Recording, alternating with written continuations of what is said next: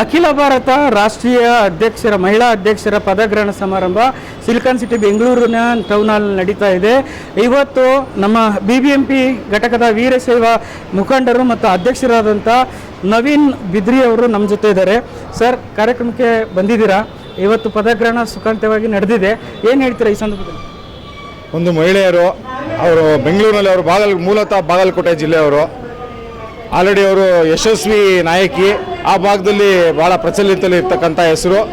ಅವರು ಜಿಲ್ಲಾ ಪಂಚಾಯತಿ ಅಧ್ಯಕ್ಷರಾಗಿದ್ದರು ಮತ್ತು ಒಂದು ಬಾರಿ MP ಗೆ ಕಂಟೆಸ್ಟ್ ಮಾಡಿದರು. ಭಾಳ ಚಿಕ್ಕ ಅಂತರದಲ್ಲಿ ಅವರು ಸೋತಿದ್ದಾರೆ. ಅವರು ಇವತ್ತು ಬೆಂಗಳೂರಲ್ಲಿ ಈಗ ಅವ್ರು ಬಾಗಲಕೋಟೆಯಲ್ಲಿ ಮಾಡ್ಕೊಳ್ಬೋದಾಗಿತ್ತು. ಯಾಕೆ ಬೆಂಗಳೂರಲ್ಲಿ ಮಾಡ್ತಾ ಇದ್ದಾರೆ? ಬೆಂಗಳೂರಲ್ಲಿ ನಮ್ಮ ಸಮಾಜ ಬೆಳೀಲಿ, ಸಮಾಜ ಇದು ಬೆಂಗಳೂರು ಕ್ಯಾಪಿಟಲ್ ಸಿಟಿ ಇರೋದ್ರಿಂದ ಎಲ್ಲ ಒಂದು ಬೇರೆ ಸಮಾಜಕ್ಕೂ ಒಂದು ಮೆಸೇಜ್ ಹೋಗಲಿ ಅಂತ ಒಂದು ಉದ್ದೇಶ ಇಟ್ಕೊಂಡು ಬೆಂಗಳೂರಲ್ಲಿ ಅವರು ಕಾರ್ಯಕ್ರಮವನ್ನು ಮಾಡ್ತಾ ಇದ್ದಾರೆ. ಕಾರ್ಯಕ್ರಮ ಮಾಡಿದ ತಕ್ಷಣ ನಮಗೆ ಸಂಪರ್ಕ ಮಾಡಿದ್ರು. ನಾವು ಬೇಷರತ್ತಾಗಿ ಅವ್ರ ಜೊತೆ ಇರ್ತೇವೆ, ನೀವು ಕಾರ್ಯಕ್ರಮವನ್ನು ಸಕ್ಸಸ್ ಮಾಡ್ತೇವೆ ಅಂತೇಳಿ ನಾವೇನು ಹೇಳಿದ್ದೋ. ಇವತ್ತು ಬಂದಿರತಕ್ಕಂಥ ಜನ ಅದೇ ಸ್ವಾಮೀಜಿಗಳು ಹೇಳ್ತಾಯಿದ್ರು, ಈಗ ಒಂದು 3:30 ಆಗಿದೆ. 3:30 ಆದರೂ 10:30 11 ಗಂಟೆಯಲ್ಲಿ ಏನು ಜನಸಂಖ್ಯೆ ಇತ್ತು ಅದು ಹಾಗೇ ಇದೆ. ಒಂದು 1500ಕ್ಕೂ ಹೆಚ್ಚು ಜನ ಬೆಂಗಳೂರಿಂದ ಮತ್ತು ಇತರೆ ಭಾಗಗಳಿಂದ ಬಂದು ಕಾರ್ಯಕ್ರಮವನ್ನು ಯಶಸ್ವಿಗೊಳಿಸಿದ್ದಾರೆ. ಅವರು ಒಂದು ಮಹತ್ವಾಕಾಂಕ್ಷೆಯನ್ನು ಇಟ್ಕೊಂಡಿದ್ದಾರೆ. ವೀಣಾ ಕಾಶ್ಯಪ್ನವರವರು ಅವರ ಮಹತ್ವಾಕಾಂಕ್ಷೆಗೆ ನಾವು ಬೆಂಗಳೂರಲ್ಲಿ ಇರ್ತಕ್ಕಂಥ ಎಲ್ಲ ಘಟಕಗಳು, ಎಲ್ಲ ವಿಧಾನಸಭಾ ಘಟಕಗಳು ಅವರಿಗೆ ಕೈ ಜೋಡಿಸಿ ಅವರ ಸೇವೆ ಏನಿದೆ ಅದನ್ನು ರಾಷ್ಟ್ರೀಯ ಮಟ್ಟದಲ್ಲಿ ಬಳಸ್ಕೊಳ್ತಕ್ಕಂಥ ಕೆಲಸವನ್ನು ನಮ್ಮ ಸಮಾಜದ ಪರವಾಗಿ ಮಾಡ್ತೇವೆ. ಎಲ್ಲ ಒಂದು ಕಡೆ ವೀರಶೈವ ಸಮಾಜ ಸಾಮೂಹಿಕ ಶಿವಶಂಕರಪುರ ದೈವಾನಿಧ ಆದಮೇಲೆ ಒಂದು ಕೌಲು ದಾರಿಯಲ್ಲಿದ್ದನ್ನೋದಕ್ಕಿಂತ ಒಂದು ಪ್ಲೇಸ್ ತುಂಬಿರಲಿಲ್ಲ. ಅದರ ಜೊತೆಗೆ ಈಗ ಈಶ್ವರ್ ಖಂಡ್ರೆ ಅವರು ಬಂದಿದ್ದಾರೆ. ಜೊತೆಗೆ ಮಹಿಳಾ ಘಟಕಕ್ಕೆ ತಂದೆ ಆದ ಒಂದು ಕೊಡುಗೆ ಕೊಡೋ ನಿಟ್ಟಿನಲ್ಲಿ ಇವರನ್ನು ಸಭೆ ನಿರ್ಣಯಿಸಿ ಇವತ್ತು ಪದಗ್ರಹಣ ಮಾಡಿದೆ. ಈ ಒಂದು ಔಚಿತ್ಯ ಇದ್ದ ಮಹಿಳಾ ಅಧ್ಯಕ್ಷರು. ತಾವು ಒಂದು ಕ್ವಶನ್ ಹೇಳಿದ್ರಿ, ಶಾಮನೂರು ಶಿವಶಂಕರಪ್ಪನವರ ಅವರು ಲಿಂಗೈಕ್ಯರಾದ ನಂತರ ಸಮಾಜಕ್ಕೆ ಒಂದು ಆ ಗ್ಯಾಪ್ ಅನ್ನೋದೇನಿತ್ತು, ಆ ಗ್ಯಾಪ್ ಇತ್ತು. ಆದರೆ ನಮ್ಮ ಈಶ್ವರ್ ಖಂಡ್ರೆಜಿ ಅವರು ಏನಿದ್ದಾರೆ ಈಗ ರಾಷ್ಟ್ರೀಯ ಅಧ್ಯಕ್ಷರಾಗಿದ್ದಾರೆ. ಅವರು ಅವರ ಹಿಂದೆ ಬೆನ್ನೆಲುಬಾಗಿ ಸುಮಾರು ವರ್ಷಗಳಿಂದ ಕೆಲಸ ಮಾಡ್ಕೊಂಡು ಬರ್ತಾಯಿದ್ರು. ಮತ್ತು ನಮ್ಮೆಲ್ಲರ ನೆಚ್ಚಿನ ನಾಯಕರು ಭೀಮಣ್ಣ ಖಂಡ್ರೆ ಅವರು ಇಟ್ಕೊಂಡಿದ್ದು ಎರಡೇ ವೇದವಾಕ್ಯ, ಒಂದು ಹಠಾಚಲ, ನಾವು ಸಮಾಜವನ್ನು ಕಟ್ಟಬೇಕು ಅಂತೇಳಿ. ಅವರ ರಾಜಕೀಯ ಹಿತಾಸಕ್ತಿನೂ ಕೂಡ ಬಿಟ್ಟು ಸಮಾಜದ ಪರವಾಗಿ ನಿಂತು ಭಾಳ ಒಳ್ಳೆ ಕೆಲಸ ಮಾಡಿದ್ರು.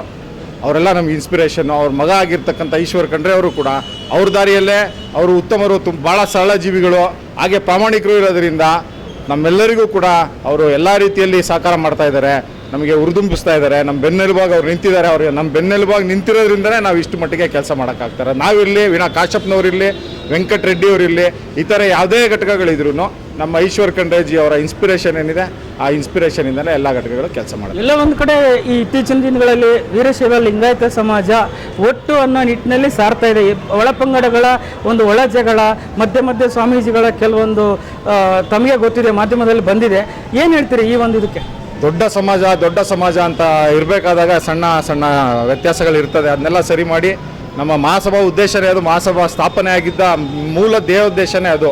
ಎಲ್ಲ ಒಳಪಂಗಡಗಳನ್ನು ಸೇರಿಸಿ ಒಂದು ಮಹಾಸಭೆಯನ್ನು ಮಾಡಬೇಕು ಅಂತ ಆನಗಲ್ ಕುಮಾರೇಶ್ವರ ಅವರೇನು ಸಂಕಲ್ಪ ತೊಟ್ಟಿದ್ರು, ಆ ಸಂಕಲ್ಪನ ಯಶಸ್ವಿಗೊಳಿಸೋಕ್ಕೆ ನಾವೇನು ಮಾಡಬೇಕು ಬೆಂಗಳೂರಿನಲ್ಲಿ ಆ ಕೆಲಸವನ್ನು ನಾವು ಮಾಡ್ತೇವೆ. ಸರ್, ಒಂದು ಕಡೆ ರಾಜಕೀಯವಾಗಿ ನೆಲೆ ನಿಲ್ಲಬೇಕಂದ್ರೆ ಇವತ್ತು ಸಮುದಾಯ ಮುಂದೆ ಬೇಕು. ಸೊ ಈಗ ನೋಡ್ತಾ ಇದ್ದೀರಾ, ಎಡ ಬಲ ಅಂತೇಳಿ ಬೇರೆ ಬೇರೆ ಸಮುದಾಯದವರು ನಾವು ಹೆಚ್ಚು ಜನಗಣಿತಿಲ್ಲ ಅಂತಾರೆ. ಬಟ್ ಒಂದು ಅನಾಲಿಸಿಸ್ ಪ್ರಕಾರ ವೀರಶೈವ ಲಿಂಗಾಯತ ಕೋಟಿಗಿಂತ ಜಾಸ್ತಿ ಇದ್ದಾರೆ. ಸೊ ಅದ್ರ ಬಗ್ಗೆ ಏನು ಹೇಳ್ತೀರಿ? ನೋಡಿ, ಇದು ಒಂದು ಮಾನದಂಡ ಇಟ್ಕೊಂಡು ಸರ್ವೆ ಸೆನ್ಸಸ್ ಅಥವಾ ಏನಾದ್ರು ಮಾಡ್ತಾರೆ.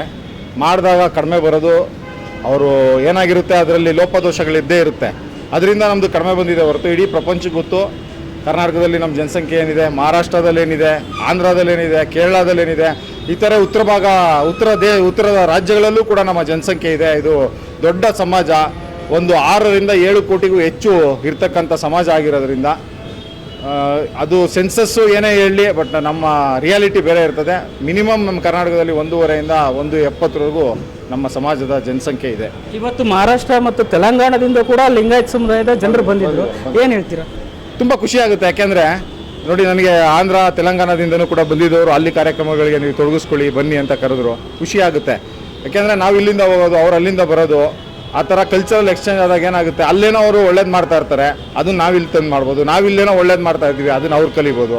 ಈ ಥರ ಕಲ್ಚರಲ್ ಎಕ್ಸ್ಚೇಂಜ್ ಆದರೆ ಎಲ್ಲರಿಗೂ ಒಳ್ಳೇದು. ಈಗಾಗಲೇ ಬೆಂಗಳೂರು ಸಂಘಟನೆ ಮಾಡ್ತಾ ಇದ್ದಾರೆ. ಮತ್ತು ಇವತ್ತು ಈ ಮಹಿಳಾ ಅಧ್ಯಕ್ಷರಾದರು, ರಾಷ್ಟ್ರೀಯ ಅಧ್ಯಕ್ಷರಿದ್ದಾರೆ, ಅವರ ಒಂದು ಮುಂದಾಳತ್ವದಲ್ಲಿ ಸಂಘಟನೆಗೆ ಬಲ ಬರುತ್ತೆ ಅಂತೀರಾ? ಖಂಡಿತವಾಗೂ ನಮ್ಮ ಬೆಂಬಲ ಯಾವಾಗಲೂ ಇರುತ್ತೆ. ಯಾರೇ ಒಳ್ಳೆ ಕೆಲಸ ಮಾಡ್ತೀವಿ, ಯಾರೇ ಸಮುದಾಯನ ಸಂಘಟನೆ ಮಾಡ್ತೀವಿ ಅಂದರೆ BBMP ಘಟಕ ಯಾವತ್ತು ಮುಂಚೂಣಿಯಾಗಿದ್ದು ಅವರ ಬೆನ್ನೆಲುಬಾಗಿ ನಿಂತು ಕೆಲಸ ಮಾಡುತ್ತೆ.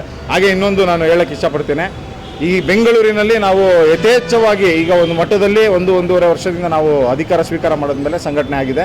18ರಿಂದ 20 ಘಟಕಗಳು ಬಂದಿದೆ. ಆದರೆ ಇದನ್ನು ಇನ್ನೂ ಮುಂಚೂಣಿಗೆ ತೊಗೊಂಡು ಹೋಗಬೇಕು ಅಂದಾಗ ಇನ್ನೂ ಗ್ರಾಸ್ ರೂಟ್ ಲೆವೆಲ್ ಹೋಗಬೇಕಾಗುತ್ತೆ ನಾವು.